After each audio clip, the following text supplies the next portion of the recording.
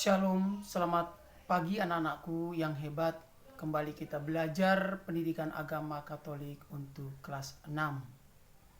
Kali ini kita akan belajar dengan tema Allah setia mendampingi umat Israel yang jatuh bangun. Anak-anakku, kita akan bersyukur kepada Tuhan karena kita akan boleh bersama-sama belajar lewat secara online ini. Nah, lewat pelajaran ini, yaitu kita akan mengetahui kompetensi dasarnya itu memahami daripada karya keselamatan Allah yang disampaikan melalui para nabi. Anak-anakku, kita sebelum memasuki dalam pelajaran, kita akan masuk di dalam doa pembukaan. Siapkan hati dan sikapnya, kita akan masuk di dalam doa. Dalam nama Bapa dan Putra dan Roh Kudus. Amin. Allah Bapa yang Maha Baik, bangsa Israel banyak mengalami penderitaan karena dosa-dosa.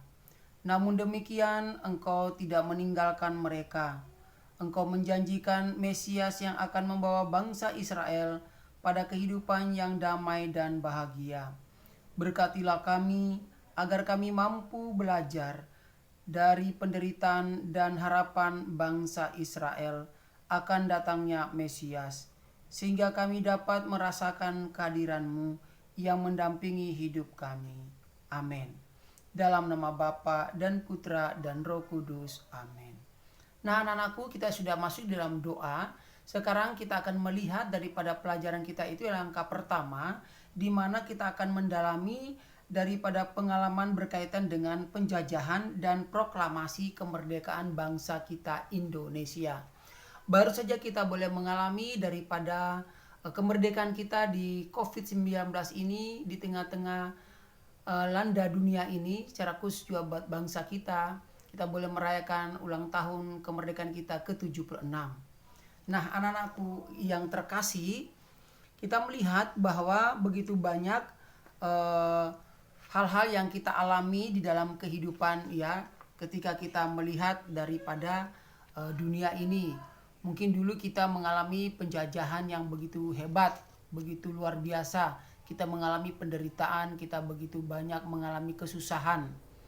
Nah, anak-anakku, anak-anak boleh membaca daripada materinya di halaman 34, ya, membaca materinya di halaman 34 dan 35 tentang membaca penderitaan pada zaman penjajahan Belanda.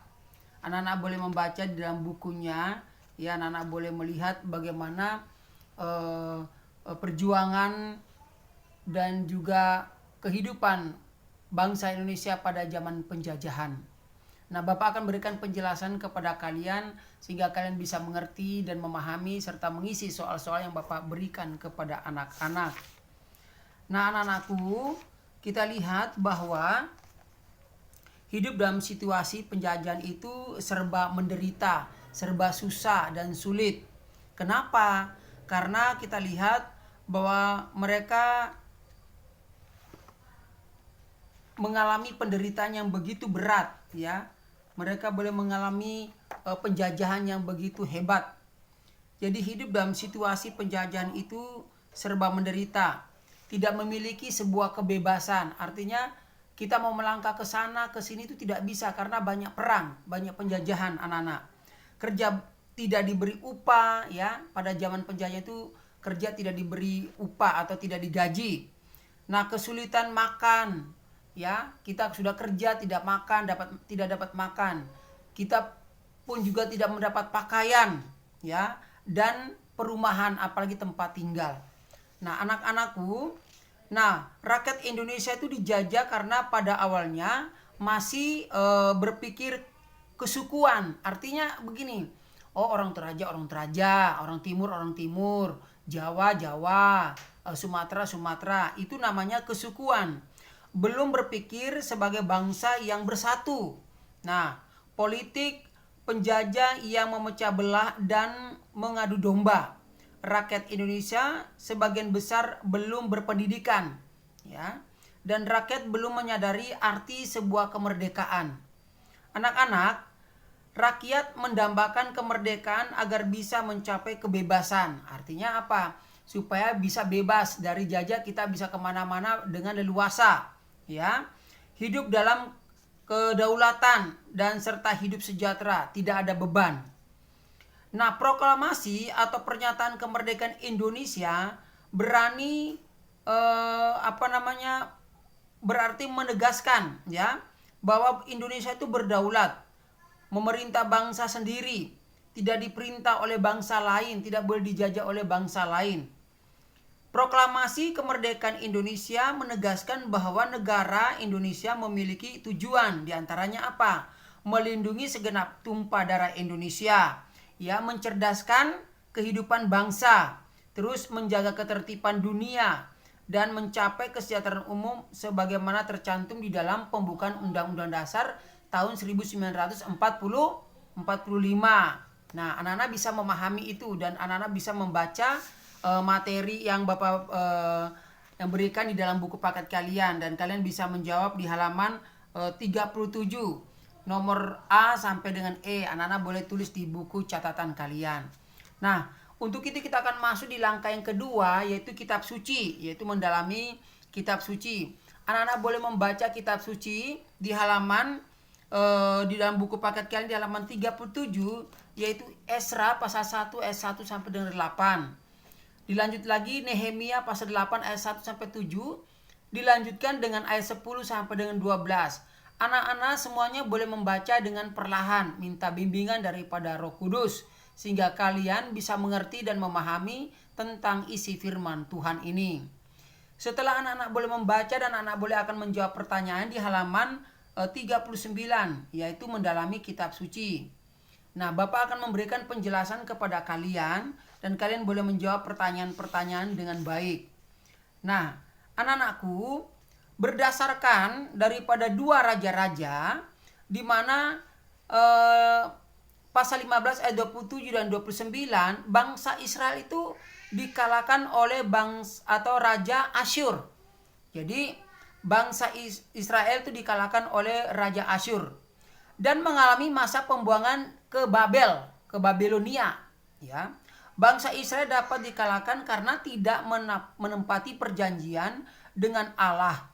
Banyak berbuat dosa. Mereka tidak setia di hadapan Tuhan, anak-anak. Nah, peristiwa yang digambarkan dalam Esra pasal 1 ayat 1 sampai 11, di mana raja Asyur itu dikalahkan oleh raja Persia. Raja Kores ibah melihat daripada penderitaan umat pilihan Allah. Maka raja memerintahkan agar umat Israel itu pulang ke negerinya, ya. Seluruh harta rampasan dari Israel itu dibawa kembali ke Babel, ya, dikembalikan untuk apa? Membangun negeri Israel. Dan masyarakat Babel diminta untuk membantu mereka. Nah, peristiwa itu dimaknai sebagai kasih Allah yang setia pada umatnya, yaitu umat pilihannya, itu namanya bangsa Israel. Nah, anak-anak, yang digambarkan dalam kitab Nehemia pasal 7 ayat 73, dilanjut dengan pasal 8 ayat 1 sampai 7, dilanjut ayat 10 dan 12. Dan di mana umat Israel itu dikumpulkan di dekat gerbang air kota Yerusalem, yang di mana baru saja selesai dibangun. Jadi gerbang itu baru dibangun, ya anak-anak. Jadi mereka semua dikumpul pada saat di situ. Nah, anak-anakku, lalu dibacakan kitab Taurat dan kitab hukum Allah.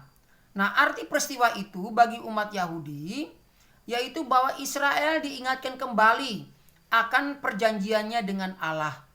Bangsa Israel harus patuh kepada Allah, harus setia kepada Allah, taat kepada Allah. Agar apa? Agar mereka boleh hidup selamat. Artinya mereka harus selamat. Nah, nabi-nabi ataupun nilai-nilai yang dipetik dari bacaan-bacaan kitab suci yang anak-anak baca tadi itu menggambarkan bagi kehidupan para murid. Di antaranya, meskipun manusia sering berbuat dosa, mungkin kita sering berbuat dosa, Allah tetap setia. Ya, Allah tetap setia. Penderitaan sebagai akibat dari dosa. Nah, serta keyakinan bahwa di dalam penderitaan ini Allah tetap menyertai dan memberikan harapan kepada umat manusia. Nah, anak-anakku, Anak-anak boleh menjawab pertanyaan di halaman 8, di halaman 39. A, B, dan C itu mendalami kitab suci. Nah, anak-anakku kita lihat boleh juga menjawab pertanyaan lagi di halaman yang ke-40, yaitu di langkah refleksi, langkah ketiga refleksi dan aksi. Anak-anak boleh membaca dan mengisi pertanyaan itu dengan baik dan benar. Untuk mengakhiri daripada materi kita kali ini, kita masuk untuk di dalam doa. Siapkan hati dan sikapnya. Dalam nama Bapa dan Putra dan Roh Kudus. Amin. Allah Bapa yang maha baik, kami boleh bersyukur atas kesempatan ini. Pelajaran yang sudah boleh membuat kami mengerti tentang bagaimana kehidupan yang dijajah oleh orang-orang lain, di mana kami kurang bebas untuk melakukan setiap kegiatan kami. Bantulah kami untuk tetap setia di hadapan-Mu Tuhan, dan kami boleh menjauhkan semua kejahatan dalam hidup kami. Demi Kristus Tuhan dan pengantara kami. Amin. Dalam Bapa, Putra, dan Roh Kudus. Amin. Shalom.